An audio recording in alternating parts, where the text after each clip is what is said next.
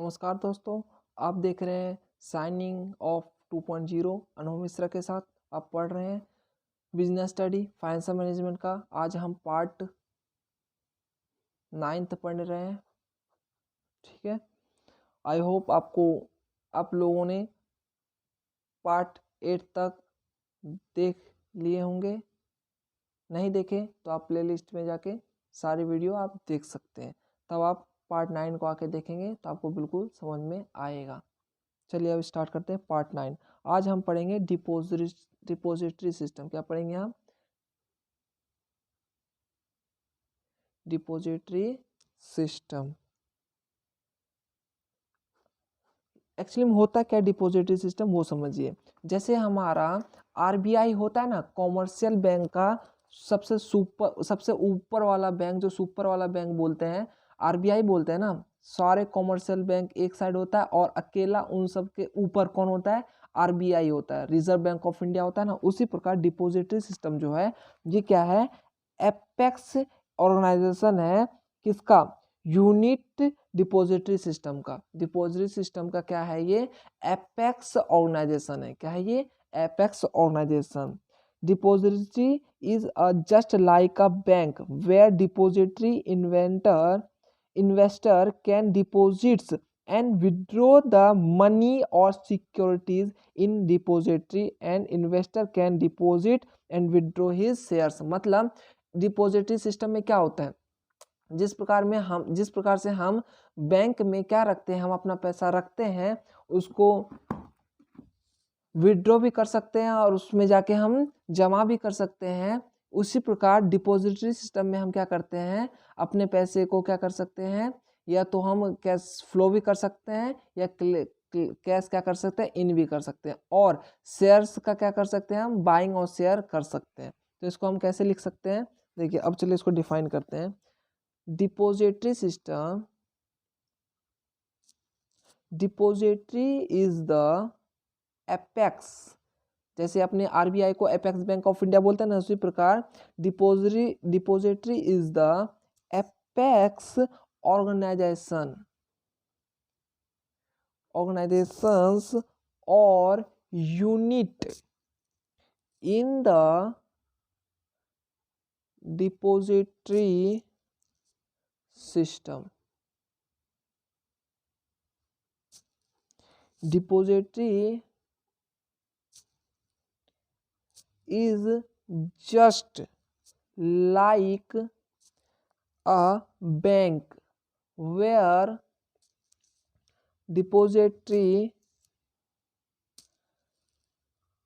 investors can deposit and withdraw the money को क्या कर सकते हैं, वो मनी को डिपॉजिट भी कर सकते हैं और विड्रॉ भी कर सकते हैं, as well as securities in a depository and investors can deposit and withdraw his shares। मतलब कि अभी कहा ना कि डिपॉजिटरी जो है वो आरबीआई के जैसे काम करता है। वो ये देखता है और ये कंट्रोल करता है कि डिपॉजिट और विड्रॉ मनी का हो रहा है या नहीं, और डिपॉजिटरी और विड्रॉ हो रहा है या नहीं शेयर्स का। ठीक है, ये सारे ध्यान कौन रखता है? डिपॉजिटरी सिस्टम ये ख्याल रखता है। ये एपेक्स ऑर्गेनाइजेशन होता है किसी भी शेयर मार्केट का। ठीक है, इसके आगे ये फर्स्ट था आपका। ठीक है, अब सेकंड की बात करूं, डिपॉजिट सिस्टम क्या होता है। देखिए, द डिपॉजिटरीज पार्टिसिपेंट, डीपी। क्या? डीपी पीछे भी हम पढ़े थे। डीपी क्या होता है? Depository participants. डिपॉजिटरी पार्टिसिपेंट्स मैंने कहा था पिछले वाली क्लास में भी एक्सप्लेन किया था। ये कौन होते हैं? ये एज लाइक अ ब्रोकर होता है। कौन होता है ये? एज लाइक अ ब्रोकर, देखिए डिपॉजिटरी सिस्टम क्या है, डिपॉजिट सिस्टम एक एपेक्स ऑर्गेनाइजेशन है, एक जैसे आरबीआई होता है ना उसी प्रकार ये है, ठीक है। और इसके अंदर डायरेक्टली आप डिपॉजिटरी से, जैसे डायरेक्टली आप आरबीआई से कांटेक्ट नहीं करते, आप जो कॉमर्शियल बैंक है आप उनसे कांटेक्ट करते, जैसे Punjab national bank, ICICI bank, आप जैसे एचडीएफसी बैंक, कोई भी बैंक है ना उससे आप कांटेक्ट करते हैं, आप डायरेक्टली आरबीआई से कांटेक्ट नहीं करते हैं। उसी प्रकार स्टॉक एक्सचेंज में क्या होता है, डायरेक्टली आप डिपॉजिटरी से कांटेक्ट नहीं करते हैं, मतलब कि आप डायरेक्टली क्या करते हैं, कंपनियों से कांटेक्ट नहीं करते हैं। वो प्राइमरी मार्केट में होता है, लेकिन सेकेंडरी मार्केट में जब मैं स्टॉक एक्सचेंज की बात करता हूँ, स्टॉक एक्सचेंज क्या कहलाता है, सेकेंडरी मार्केट भी कहलाता है। इसीलिए इसमें आप डायरेक्टली डिपॉजिटरी से कांटेक्ट नहीं करते हैं, आप किससे कांटेक्ट करते हैं, पहले डिपॉजिटरी पार्टिसिपेंट्स डीपी से कांटेक्ट करते हैं। कोई भी इन्वेस्टर इनसे क्या करते हैं, कांटेक्ट, ताकि वो शेयर्स का बाइंग और सेलिंग कर सके, ठीक है। ये होता है आपका डिपॉजिटरी पार्टिसिपेंट्स। इसको कैसे लिख सकते हैं, तो डीपी इज एन एजेंट, क्या, agent of the depository. Depository का एजेंट कौन कहलाता है, डीपी। ये आ सकता है सवाल पेपर में आपके।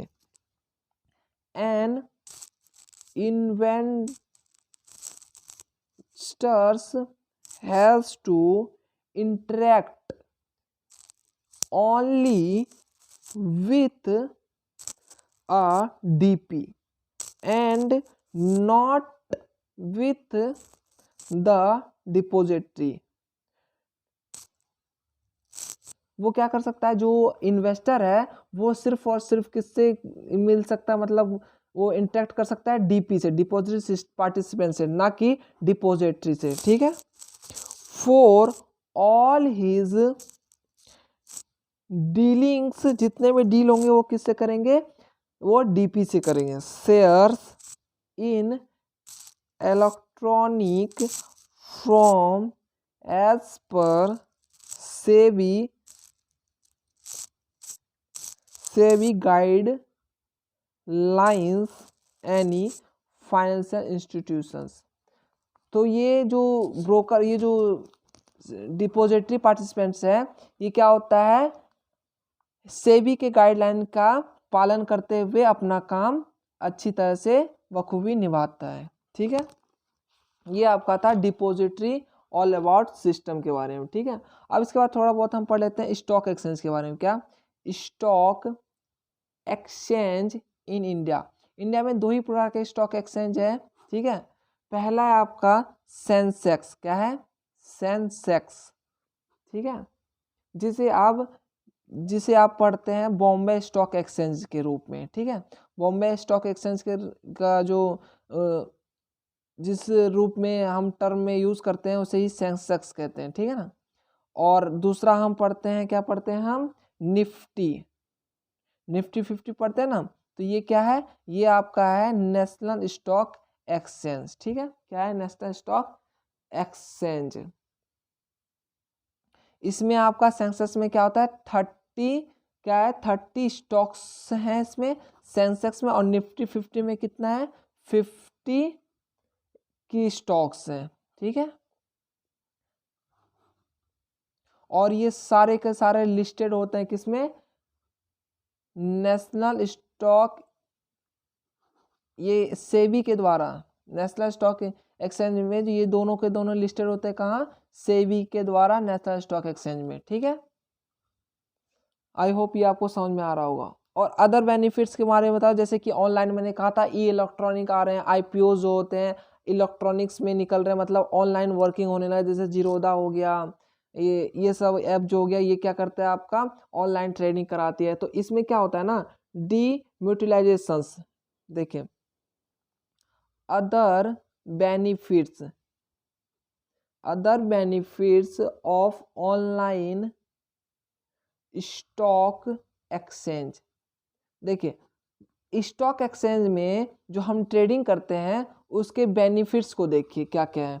देखिए फर्स्ट जो है डीम्यूटिलाइजेशंस, इसका मतलब क्या हुआ, इसका मतलब ये हुआ सीधी और सरल भाषा में, जो ब्रोकर का हम यहाँ तक अभी तक पढ़े ना कि डिपॉजिटरी पार्टिसिपेंट्स का हम यूज़ करना पड़ेगा हमें जब शेयर्स को सेलिंग या बाइंग करना होगा। लेकिन अब ऑनलाइन में क्या आ गया है, क्या बेनिफिट दे दिया गया है, यहाँ पे जो यहाँ डिपॉजिटरी पार्टिसिपेंट होगा लेकिन सारे चीज ट्रांसपेरेंस होगा। क्या होगा, ट्रांसपेरेंस होगा सारे चीज। जैसे कि यहाँ पे अगर ऑफलाइन में क्या होता होगा कि अगर 10 रुपए का शेयर होगा तो वो आपको 12 रुपए में ब्रोकर बेचेगा कि ये 12 रुपए में, लेकिन यहाँ पे है 10 रुपए में है तो 10 रुपए में ही बेचेगा, क्योंकि ब्रोकर का भी जो जो लिस्टेड होता है वो सेबी के द्वारा ही होता है। ठीक है, इसीलिए तो इसको ऐसे इसको एक्सप्लेन कर सकते हैं, early on the intermediaries as like broker used to want, control and manage the stock exchange by broker. After lead to long conflicts of interest between broker and their clients और उसके बीच में कौन होता था पहले, ब्रोकर, जो कि अब ऑनलाइन में ऐसा नहीं रहा, आप डायरेक्टली जाके आप ट्रेडिंग कर सकते हैं। To solve this problem government did demonetisations of stock exchange. ठीक है, ऑफ स्टॉक एक्सचेंज। ठीक है, जो आप ऑनलाइन बेनिफिट्स, आपको ये सारे ऑनलाइन बेनिफिट्स मिल जाएंगे। It refers to separation of ownerships and control of stock exchange from trading right of members through there is reduction of chances of brokers asking stock exchange for personal gains. मतलब कि आप इसमें जो है क्या हो गया है, सेपरेशन हो गया, ओनरशिप्स और जो ब्रोकर के बीच में सेपरेशन हो गया है। अब डायरेक्टली ही जो ट्रेडिंग करना चाहता है वो डायरेक्टली ही ट्रेडिंग अपना कर सकता है ऑनलाइन, उसको ये बेनिफिट मिलता है, वो किसी ब्रोकर को ना रखे फिर भी वो ट्रेडिंग कर सकता है। ये सारे आपके क्या हो गया, आज के 9 पार्ट में हम क्या पढ़े, deposit, all about deposit system पढ़े।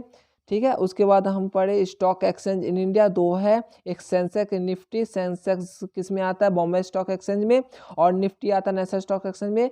जो बॉम्बे स्टॉक एक्सचेंज है ये बहुत पुराना है, इसको देखते हुए सरकार ने कहा कि बॉम्बे स्टॉक एक्सचेंज जो है वो ज़्यादा पैसा कमा रही है, तो हमें भी ऐसा कुछ बनाना चाहिए ताकि सरकार को, गवर्नमेंट को क्या हो, इनकम का सोर्स आए। तो उन्होंने क्या किया, नेशनल स्टॉक एक्सचेंज का बनाया। तो बॉम्बे स्टॉक एक्सचेंज पुराना है, न्यूली क्या है, नेशनल स्टॉक एक्सचेंज, जो कि गवर्नमेंट के द्वारा एस्टेब्लिशमेंट किया गया था। ठीक है, और डिमोनेटाइजेशन हम पढ़ लिए, ये क्या है, अदर बेनिफिट्स क्या है, ऑनलाइन का बेनिफिट्स क्या है, इसमें यही है कि जो हम डिपॉजिटरी पार्टिसिपेंट रखते थे उसको रखने की अब कोई आवश्यकता नहीं है, हम डायरेक्टली ट्रेडिंग कर सकते हैं, सेल और बाइंग कर सकते हैं। आज के लिए इतना ही, आगे हम नेक्स्ट वीडियो में पार्ट 10 में हम लास्ट है, एंड है ये पार्ट, इसमें हम ऑल अबाउट सेबी के बारे में पढ़ेंगे। ठीक है, सेबी की स्थापना कब हुई, क्या काम है क्या नहीं है, वो सारी चीज़ हम इसमें पढ़ेंगे। ठीक है, आज के लिए इतना ही, पढ़ते रहिए अनु मिश्रा के साथ। साइनिंग ऑफ 2.0, धन्यवाद।